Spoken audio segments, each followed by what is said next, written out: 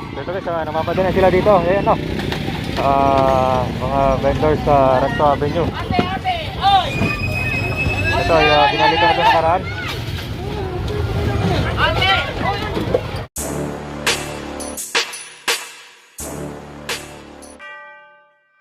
Ito guys, namamadali na sila dito. Ayan no.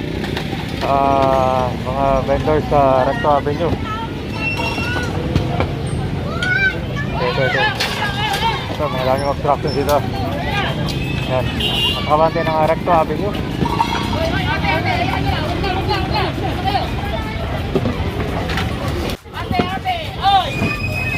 Ito yung binalikan na ito nakaraan.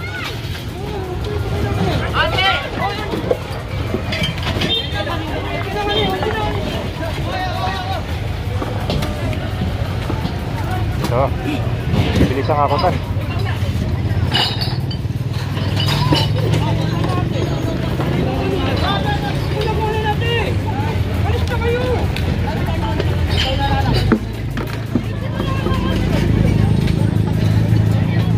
Ito kasing kanan to guys, ito yung daanan ng mga tao to.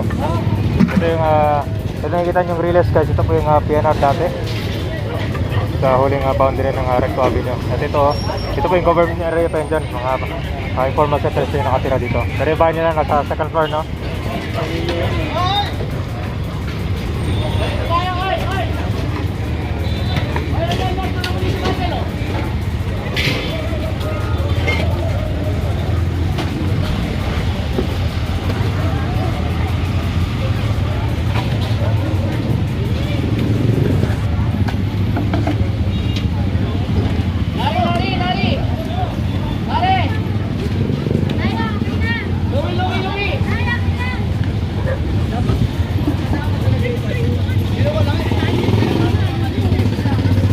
Styrofoam dito. Ayan, mga kalan, mga kawali, pangluto.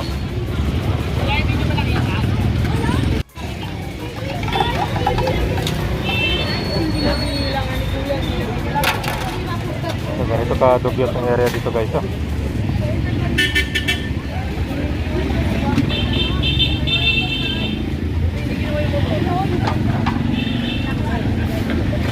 Kukunin na rin tong kahoy dyan. Saka ito.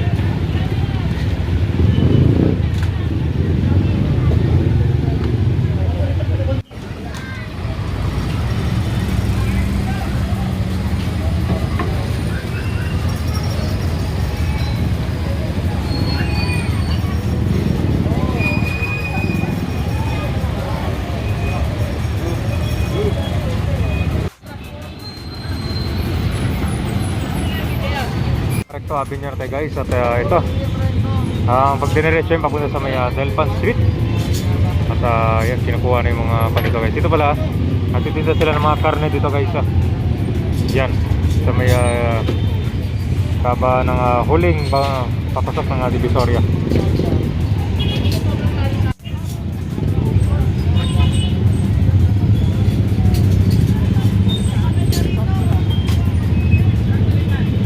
Ano yung nakuha sa inyo ma'am? Upuan? Ito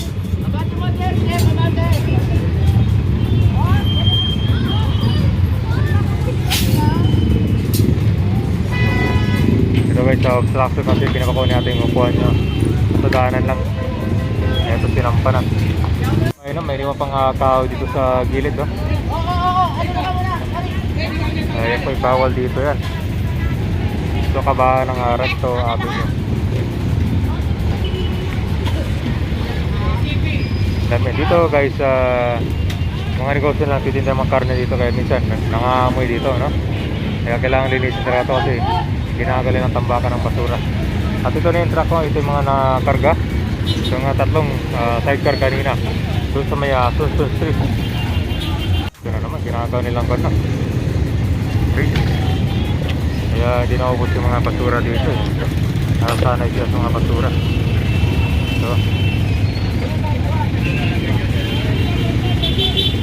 So mga laruan.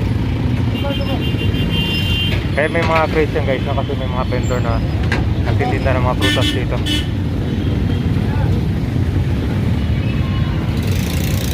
Ito guys, nasa kabante ng huling Recto Avenue. At yan, ito, total to. Kita nyo ba yun no? merong sofa bed dito mismo.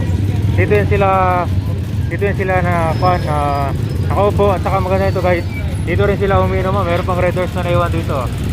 Yan, paggabi dito sila tumatambay, parang umiinom. May social pa na sofa bed dito. Ganun katindi dito guys yung umaga. Ganun katindi yung kadami yung basura.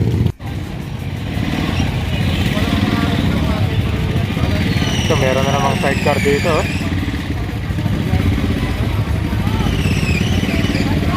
Ito yung daanan dito sa Convention. So ilahin na rin to.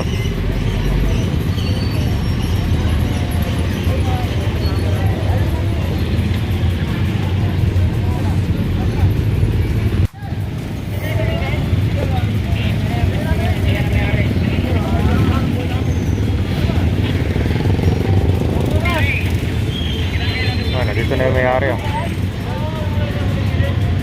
Sabihin ko na ako eh. Ilang beses na ko kasi namin sinisila. Hindi lang ako. Pero ano na buwan. Yung kunin nila lang ko sa sa central, fountain. Hindi nila ako galit. Pinagsapan na nga natin dyan.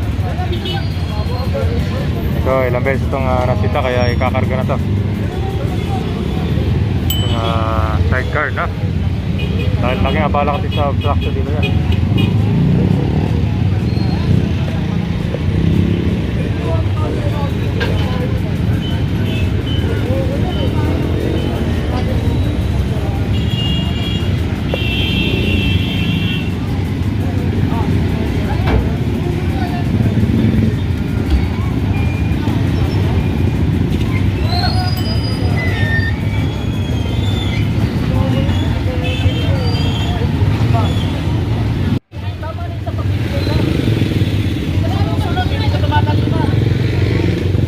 Pinagbigyan na pala guys ng sidecar, kaya ito nakarga na.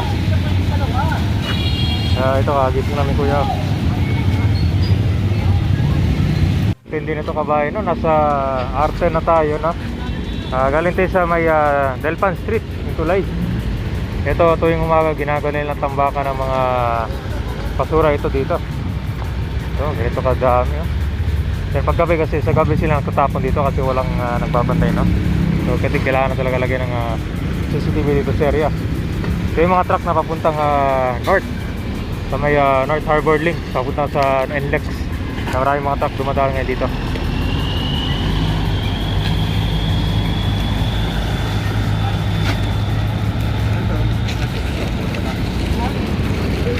So dito sa kaba ng Arten guys,